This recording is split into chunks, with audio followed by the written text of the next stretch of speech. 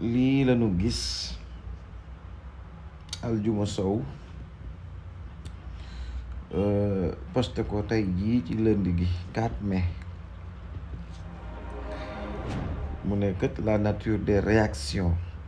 yi nga xam ne si ñoo am bi chef de l'État génnee ak profil militant yi nga xam ne si nii ñooy def réaction yooyu loolu day wane ne rek le parti traverse une crise institutionnelle évidente. Bla bla bla bla bla bla bla bla bla li ma ci ñor rek mooy le parti traverse une crise institutionnelle évidente. mu mel ne moom Alioune astafurlah Aljuma Sow alias vendredi yaourt xam ne damay am droit di ko woowee ndax kët dama ko woon ci terrain wu silu lycée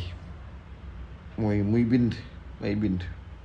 bu bindee ma sañ a dem commentaire wax ci sama avis ci respect musuma ko manqué de respect lii ko gone yi di woowee sax vendredi gii sax bi ma bloqué laay doo ko commencé di ko musul am musuma ko manqué de respect par manque de démocratie mu ne def ma bloqué pour tere ma wax ci moom wala ma commentaire moo tax lépp lu mu wax soo ba ngoon dama ci ñëw di ko def di ci wax ci internet bi li ma am muy sama puissance muy sama plateforme yi moo tax ma bëgg a ñëw ci le fait que moom mu mélanger deux choses différentes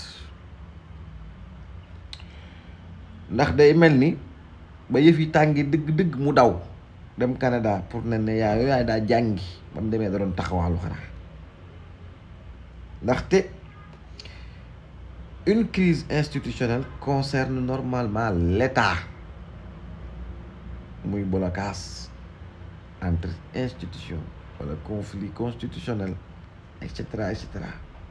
Un parti politique lui il traverse plutôt lu mel ne crise interne lu ci mel ne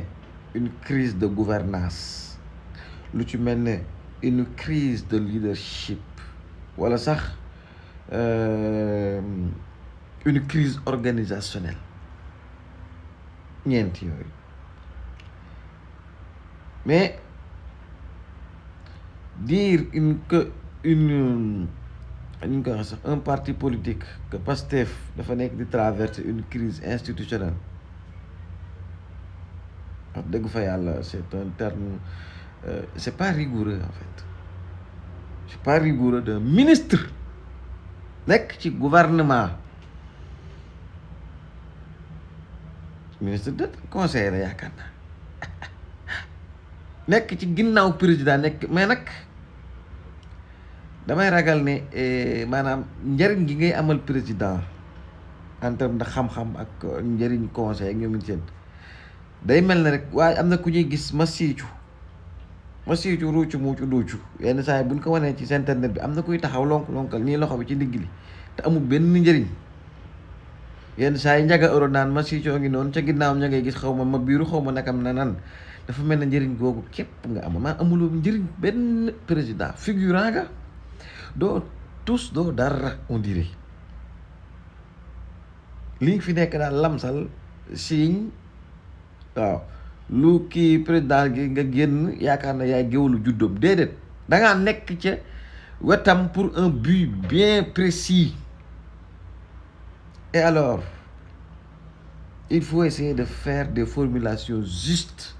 ci yenn termes yi ngay utiliser parce que kat doo n'importe qui maintenant essayez plutôt de dire le parti traverse une crise profonde puisque yow lu la ñor la maanaam parti bi mu ngi ci crise moom lu la ñor la yaa mel ko mel na baro lu leen ñor la te lu bokk seen élément de langage la et au moins demal nga liggéey sur les bonnes expressions les bonnes formulations yi nga war a indi sur la place publique parce que sa plume bii normalement boo bindee rek nit ñu bëri dañ koy gis te waruñu laa gis di xeeb président wala di xeeb ñi nga xam ñoo ne ci wetam di ko conseil Donc il y a une crise de leadership au sein de Pastef man nga ko wax ñun ñëpp ñu xool luñ ci participer luñ ci il y a des dysfonctionnements wala il y a le fonctionnement du parti qui est en crise. Il y a le parti qui ñu ngi koy waxee sax qui est confronté le parti est confronté à une crise de gouvernance yooyu yëpp may nañ la ko waaye le parti traverse une crise institutionnelle hein jël parti bu rangé ko def ko comme une institution ku nekk ci wetu président saa yu xool li nga wax sa daw jàng gi dëkk amul benn njëriñ man ngaa toog ci réew mi xeex de yow mën ngaa teg ci réew mi def sacrifice bala nga def amul njëriñ réew mi yaay ma kasa keroog dëgg laa ko nar def nag maa moom fii ba 2029